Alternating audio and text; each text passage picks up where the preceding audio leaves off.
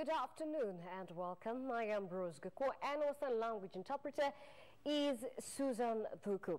The public has been urged to come out in large numbers for two memorial services to be held this week for the late Kenneth Matiba. On Wednesday, the first memorial service for the late veteran politician will be held at the All Saints Cathedral in Nairobi, with the second service scheduled on Thursday to be held at the Ihora Stadium in Murang'a County. Addressing the media this morning, Transport CS James Macharia, who chairs the planning committee for the burial of Matiba, said the government was keen to ensure the multi-party democratic hero gets a befitting send-off. However, the family and the planning committee remains tight-lipped on whether or not Matiba will be cremated, as reported by a section of media. We shall be having a service at All Saints Cathedral on Wednesday morning at 10:30. And then the following day, on Thursday, we have a funeral service in Murang'a at Ihora Stadium.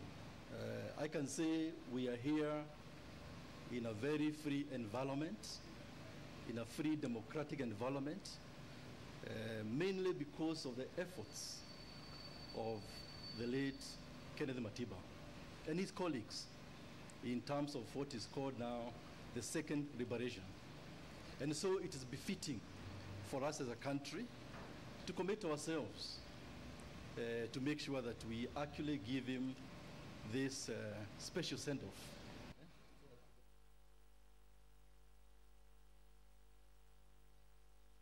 Several people are marooned in Tana Delta after River Tana broke its banks, submerging 32 villages and leaving more than 10,000 people displaced in Baringo. Lake Bogora region has been cut off after a bridge connecting the area collapsed following the heavy rains. A humanitarian crisis is looming in Tana Delta after River Tana broke its banks, submerging 32 villages and leaving more than 10,000 people homeless.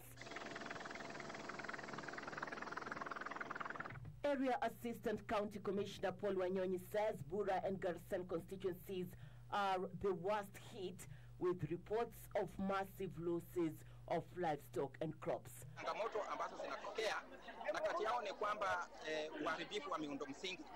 Barabara zimeweza kuharibika na kuna sehemu ambazo hata gari haiwezi kubeba misaada ikaweza kufika. Wanyonyi is now appealing to humanitarian agencies to assist the affected families. Wale ambao wameathirika wameweza kuhamia katika sehemu mbalimbali na kujenga kambi, na kwa hivyo serikali wakati huu tunafanya juhudi za kuweza kuwasaidia. In Garissa, one woman was swept away by flash floods. The middle-aged woman was unable to pay 200 shillings to be ferried to safer grounds. In Taita Taveta, several schools, churches and dispensaries have been swept away by floods as heavy rains continue wreaking havoc across the country. Barabara imekatika katika, magari tukienda nayo tunakwama, hata inabidi mpaka sasa tunalala hata siku mbili tukiwa kwa porini. In Baringo, Lake Bogoria Bridge has collapsed, paralyzing transport to and from the region. Hundreds of commuters remain stranded in the area. Biashara imesimama, wazungu kutoka upande wa eneo wote ya Kenya, atupati wazungu tena, wamesimama kwa upande ya side ya barabara, awagrosi daraja. This is an area that is highly tourist area. Lake Bogoria, which is just across, generates between 60 and 70 million revenue every year. The Meteorological Department is warning the heavy rains will continue in several parts of the country, urging Kenyans to be on the lookout. Irene Mchuma Odim, The Lunchtime News. Interior Cabinet Secretary Dr. Fred Matiang'i has declared war on criminal gangs in the wake of rising criminality in the country. Matiang'i says the government will not tolerate those intent on disturbing public order in the country. The country has in recent days witnessed pockets of criminality in parts of the country in a series of events that points to possible re-emergence of criminal gangs.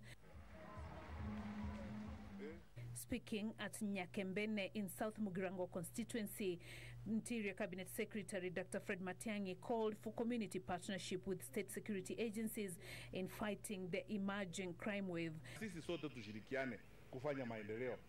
Hakuna haja ya uhalifu, hakuna haja ya kujihusisha na mambo kama hayo hapa na pale. The CS cited 2 incidents where the gangs had abducted and killed a female pastor in Bonchari constituency, while others had clashed in Mombasa, compromising security. Yale maneno ambayo yalitendeka hapa Chusi, Suneka. Na nimesikia visa 2 ama 3 hivi, uhalifu kidogo kidogo, kikundi hapa, kikundi kule.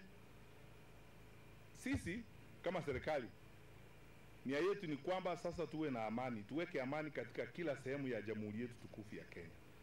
Matiang'i warning that the government will not tolerate anyone threatening the country's security. Beatrice Gatonyi-Ngetich, Channel 1, Lunchtime News.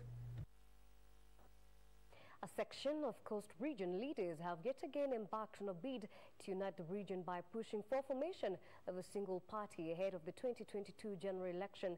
The leaders have set up to a 10-man committee to strategize on the new political outfit and how to get the region to speak with one voice. The Umoja Summit, a 10-man committee that is mostly made up of former Coast legislators, has been mandated to spearhead a unity campaign ahead of the 2022 presidential elections. The committee, besides lining up the region to speak in one voice, will be mandated to come up with a single party for the coastal people. The people who have divided us are our leaders. Ni kweli maneno. Kwa sababu mimi na babangu, yule ana babake, yule ana mtu mwingine babake, hata mimi ninakuwa kwenye uongozi, kwa hivyo hata mimi pia najiblame.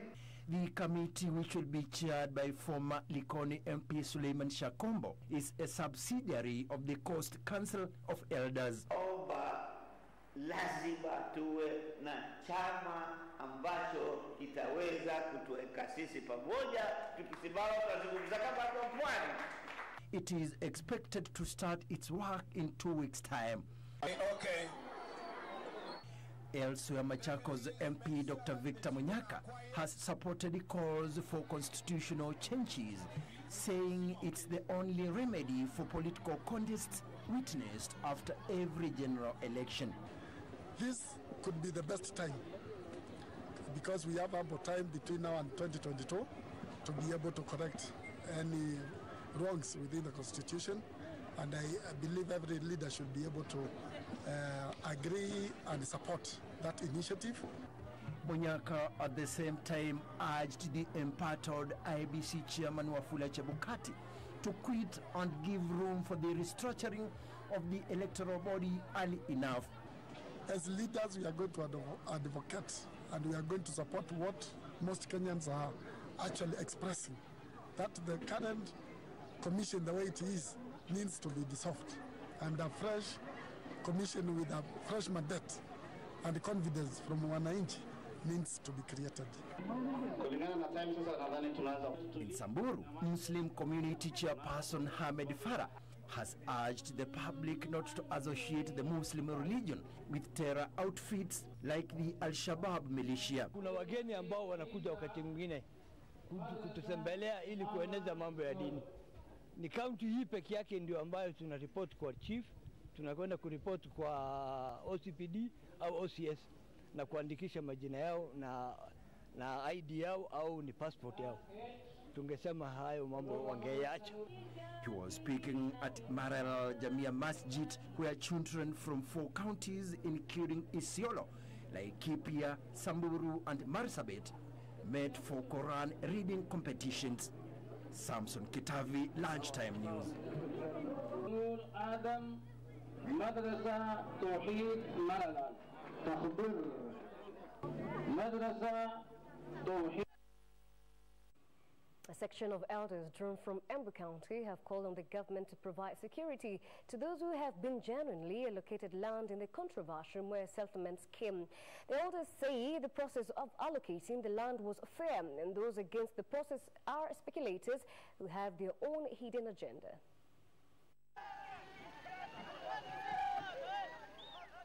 Allocation of these 44,000 acres of land situated in Mbeere South, Embu County to beneficiaries has remained an emotive issue spanning over 3 decades. The latest attempt to have locals who have been allocated the land to settle was however scuttled by those said to have missed out in the process.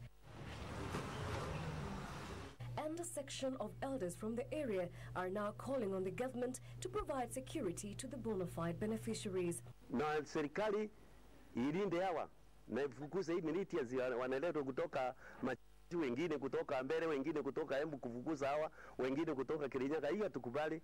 They want Interior Cabinet Secretary Fred Matiang'i, who issued a directive for suspension of the process following the attacks, to allow it proceed to allow operations by occupants who rely on the land to survive. Wale watu waligawiwa mashamba kwa ile kipimo wase walikuwa wamekubaliana, hata kama wametoka jamii gani, walidwe waingie kwa shamba waanze kulima na kufaidika na yale mashamba. The elders claim any delay in allocating the scheme would be so costly as the process has been captured by vested political interests. Local administration in our county has been put on notice over the increase in cases of teenage pregnancies. The Chief Administrative Secretary in the Ministry of Interior, Patrick Tutu, warned that chiefs who will be found condoning early child marriages will not be spared and will be dealt with according to the law. That the surge in children pregnancies in Narok County is now worrying the nation. For Tutu, the problem lies with the local administration, who seems to condone the vice despite knowing the law. The Chief Administrative Secretary in the Ministry of Interior warned that the government will not watch as young girls in their tender age are being turned into mothers, yet they should be in school building their future. Tunataka kuambia wale ambao wanafanya hivyo kutoa watoto wetu kwa shule ya kwamba sisi kama serikali hatuwezi ruhusu hiyo na tutakuweka ndani. Tutu claimed that local chiefs have shown laxity in reporting those impregnating young schoolgirls, directing all locations and sub-locations to provide the government with reports on teenage pregnancy within their areas of operation. Tumeamua ya kwamba tutaangalia hizo data, na wacha niwaambie wale machief na ACCs na county commissioners na regional commissioner ya kwamba tukichukua hiyo data na tutajua ya kwamba wewe mwenyewe hufanyi vile tunasema, basi tutakufuta kwa kazi na tulete mtu mwingine ambaye atafanya hiyo kazi. Ningependa kuomba tushikane sisi wote, viongozi, wazee, kina mama, ili tuhakikishe kwamba wasichana wetu hawatapata hizo mimba za mapema.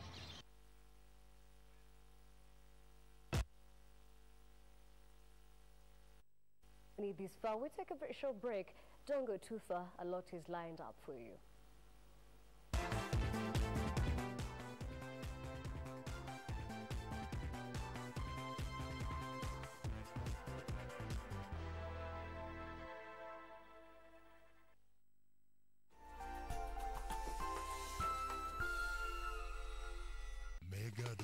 Nilikuwa nina watch show, alafu kuna ile number special 10 zilipeanwa pale.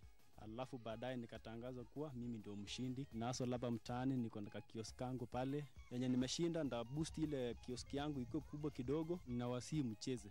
$100 ni ya ukweli. Nawe pia cheza ushinde leo. Top up kwa paybill number 295888 uanzie sasa.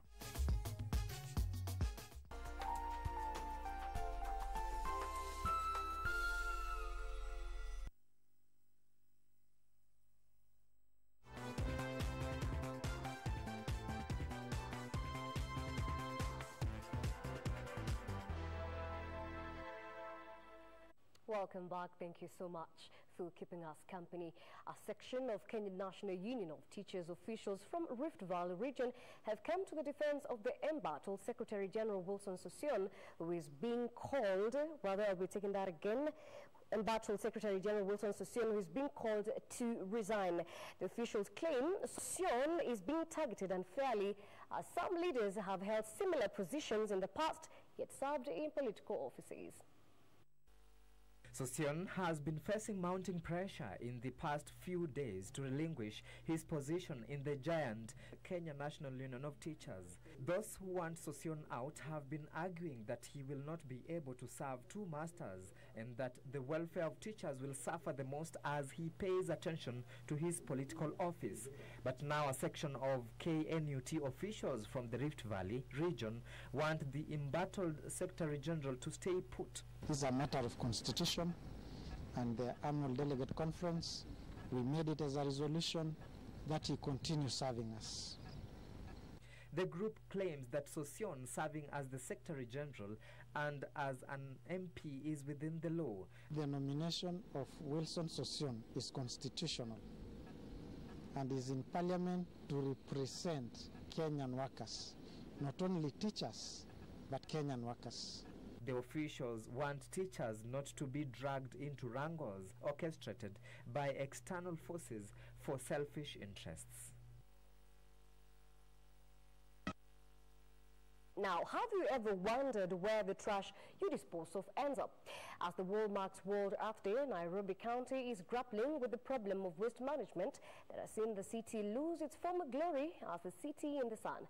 Our reporter, Jal Chimtai, brings us this report of the piling garbage that is the county's greatest baggage.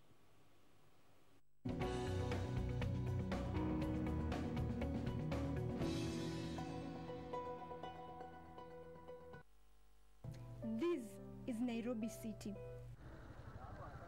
It was once referred to as the city in the sun. But this is what paints the once beautiful horizon. Mounds and mounds of garbage. The poor management of waste without a clear disposal plan is to blame for this eyesore. It is perhaps such sins that spurred the national government into action, warning of dire consequences to those polluting the environment. NEMA has been instructed to be ruthless in enforcing the law. Have all the drainages that are into the river blocked. Every one of us has a responsibility to ensure that you keep your work space, your living space clean. Welcome to Nairobi's Dandora Estate. It is home to the capital's main dump site. A dump site that, according to area residents, is a disaster in waiting.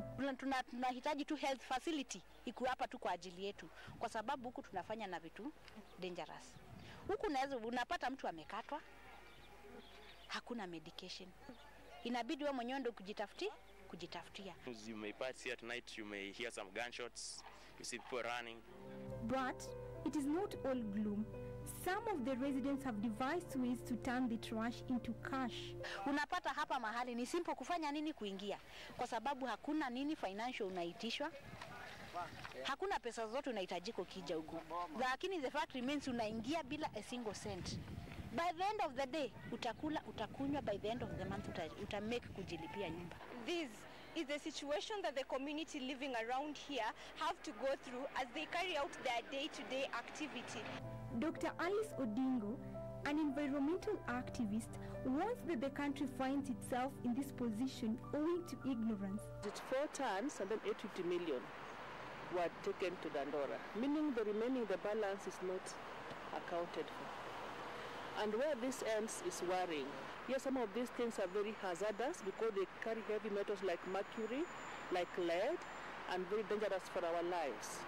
What, in her opinion, is the best remedy? And maybe the best way would be to make the producers be responsible. And also, the city council has also put certain bins within town. I think they have really tried of late, particularly during the time of the former governor. They have put several bins in the city, and they are trying even to segregate the waste, okay? For maybe plastics and others. On the streets of Nairobi, this is what residents had to say. We don't have time for putting in dustbins, and it affects us because in the end result, this is where you have to pass, where you can get diseases from, or mosquitoes come through there. And as the sun sets, it is not lost that the government has to urgently manage the city's waste if it is to restore the capital to its former glory and turn around the city's waste disposal plan into one that is sustainable. Reporting for Channel 1 Weekend, I'm Jael Chemtai.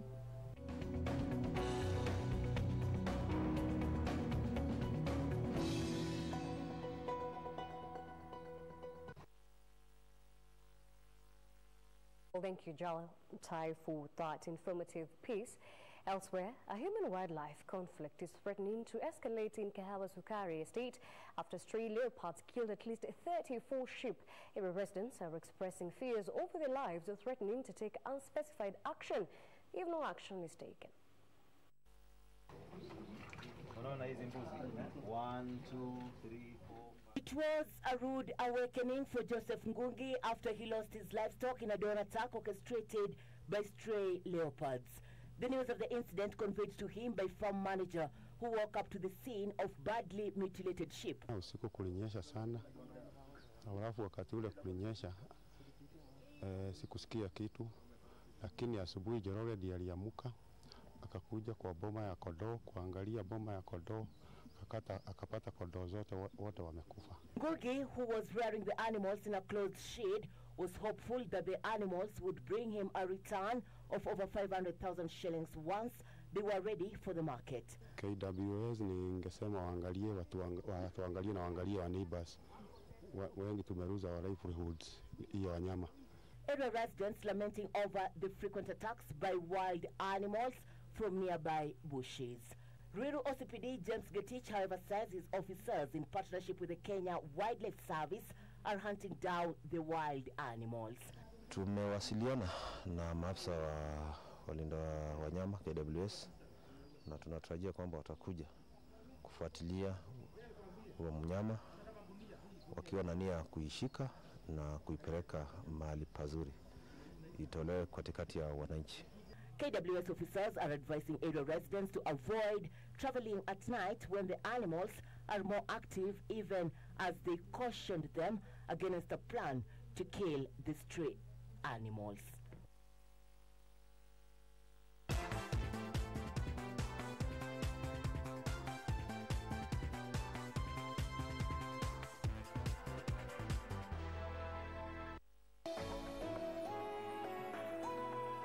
In our international scenes, the South Korean government has stopped broadcasting propaganda along the border with North Korea via loudspeakers ahead of top-level talks later this week. North Korea also has its own system of speakers along the border, playing reports critical to Seoul and its allies. South Korea has dozens of loudspeakers along the border area that blast everything from K-pop music to critical news reports of the North. Kim Jong-un's government said the speakers, which play propaganda over the border at high volume, were turned off in the early hours of Monday morning, with the move aimed at easing the military tension between the two Koreas and develop a peaceful summit atmosphere. North Korea announced over the weekend that it was suspending nuclear tests and closing an atomic test site as the country prepares for historic talks with South Korea and the U.S. Pyongyang's leader Kim Jong-un is due to meet President Moon next Friday, marking the first inter-Korean summit in over a decade. President Kim is also expected to meet U.S. President Donald Trump by June, making it the first ever meeting between two sitting leaders of North Korea and the U.S. The broadcast from the South was stopped in 2004 as part of a deal negotiation between both countries, but later turned on in 2015 after two Southern soldiers were injured by the North Korean planted mines. It was later turned on in 2016 in response to the North testing a hydrogen bomb. South Korea has not yet stated whether it plans to restart the broadcast once the summits are over. And former New York City Mayor Michael Bloomberg says he's willing to donate $4.5 million to cover some of the lapsed U.S. commitment to the Paris Climate Accord. This is after President Donald Trump decided to pull out of the deal with Paris, claiming that he has the responsibility to improve the environment. The U.S. withdrawal from the Paris Accord was announced last June, and it sparked international condemnation, making it in effect the only country not part of the accord. This agreement had U.S. and 187 other countries commit to keeping the rising global temperatures well below 2 Celsius, above pre-industrial levels. The United States had pledged $3 billion to the Green Climate Fund as part of the agreement set up by the UN to help countries deal with the effects of global warming. Bloomberg's donation, however, does not aim to cover these, but instead the U.S. contribution to the UN's Climate Change Secretariat. His charity, Bloomberg's Philanthropies, last year offered $15 million to cover a separate climate change shortfall, stating that the money would go to the United Nations Framework Convention on Climate Change. President Trump said that the U.S. could conceivably return to the deal if they treat America more fairly, with Bloomberg stating that he hopes that by next year, Trump will have reconsidered his position on the deal.